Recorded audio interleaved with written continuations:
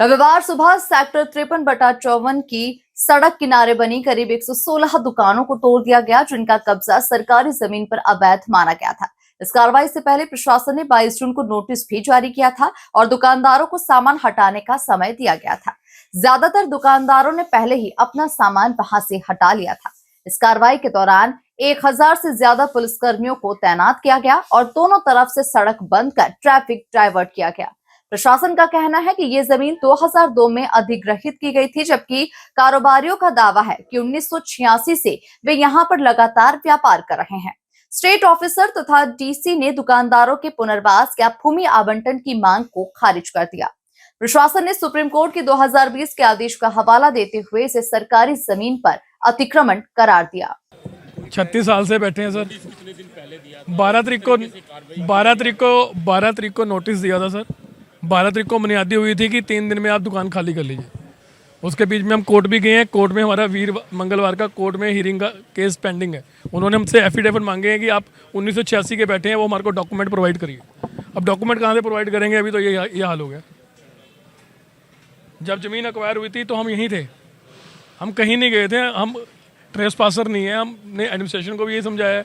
हम आज भी यही कह रहे हैं। हम आज भी उनके यही गुजारिश करते हैं कि हमारे को बसाया जाए, नहीं तो सारे के सारे रुल जाएंगे। आपके सामने देख लो कितनी लेबर है। अभी कुछ नहीं जी, अभी कोई किसी तरह की वो नहीं है।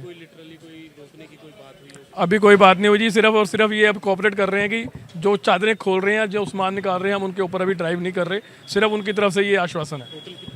116 शॉप्स हैं जी, पर ये माल भी हमारा टूट के ही जा रहा है। आपके सामने ही है, क्या हाल है देख लो जी, क्या हाल है, आप ले लीजिए। सर कितने के वर्कर और कितनों को नुकसान ज़्यादा?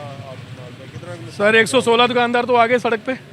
अब हम तो रुल गए, क्योंकि ना हमारे पास बैठने की जगह है, ना हमारे पास कहीं इकट्ठे रखने की जगह। हम तो अब जो प्रशासन ने हमारे को वादा किया था कि अकेले ना उठा के इकट्ठे बसाएंगे, आप लोगों को उजाड़ेंगे नहीं, हम तो उसी बात पे थे। हम तो गवर्नमेंट की इसी बात के ऊपर चल रहे थे कि एमएसएमई के अंदर सारे के सारे दुकानदार आएंगे, इकट्ठे जाएंगे, रोजगार बनेगा। अब आपके सामने सारा रोजगार भी रुड़ गया और हम भी रुड़ गए।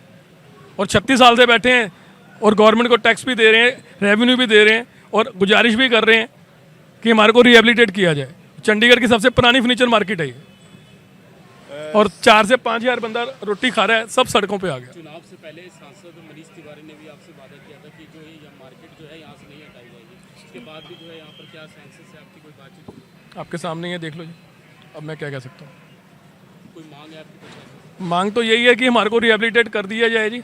हम तो यही अभी भी यही कह रहे हैं कि हम बस जाएंगे तो गवर्नमेंट को भी रेवेन्यू आएगा। हमने तो मेंटली प्रिपेयर किया था, जो ऑक्शन में हम तो पैसे इकट्ठे करने शुरू कर दिए। लोगों ने लिमिटें बनवा ली, लोगों ने ब्याज पे पैसे लेने शुरू कर दिए।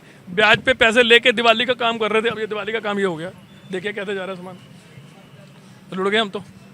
4 दिन में 5 दिन में तो घर भी नहीं खाली होता सर। 116 दुकानें कहाँ जाएंगे? अब तो सर, अब तो जब दुकानदार भाई बैठेगा इकट्ठा तब बताएगा ना उसका कितना नुकसान हुआ है। नुकसान तो ऑलरेडी है। इसको लेकर कोई बैठक भी होगी आपकी? सर अभी तो ये जो ड्राइव है उसको किसी तरह मतलब संभल जाए, तो उसी के लिए लगे हुए सारे के सारे प्रयास कर रहे हैं।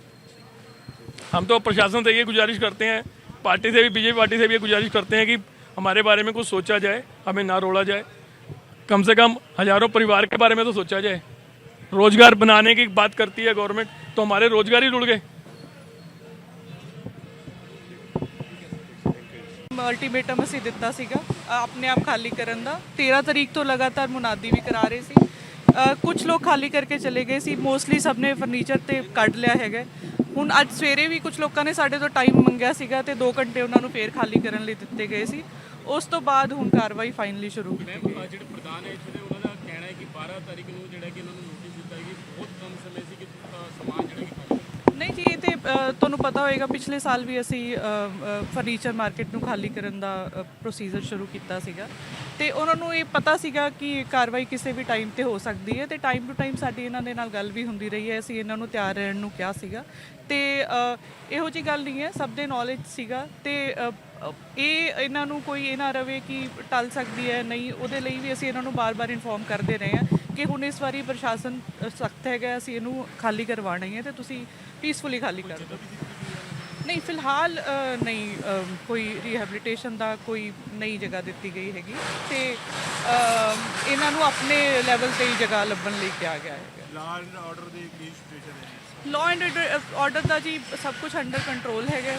ਸਾਡੀ ਤਕਰੀਬਨ 1000 ਦੇ ਆਸ-ਪਾਸ ਦੀ ਪੁਲਿਸ ਹੈ ਜਿਹੜੀ ਉਹ ਅੱਜ ਇੱਥੇ ਤਾਇਨਾਤ ਕੀਤੀ ਗਈ ਹੈ। ਕੋਈ ਐਸੀ ਇੰਟੈਲੀਜੈਂਸ ਨਹੀਂ ਹੈ। Everything is peaceful, everything is under control.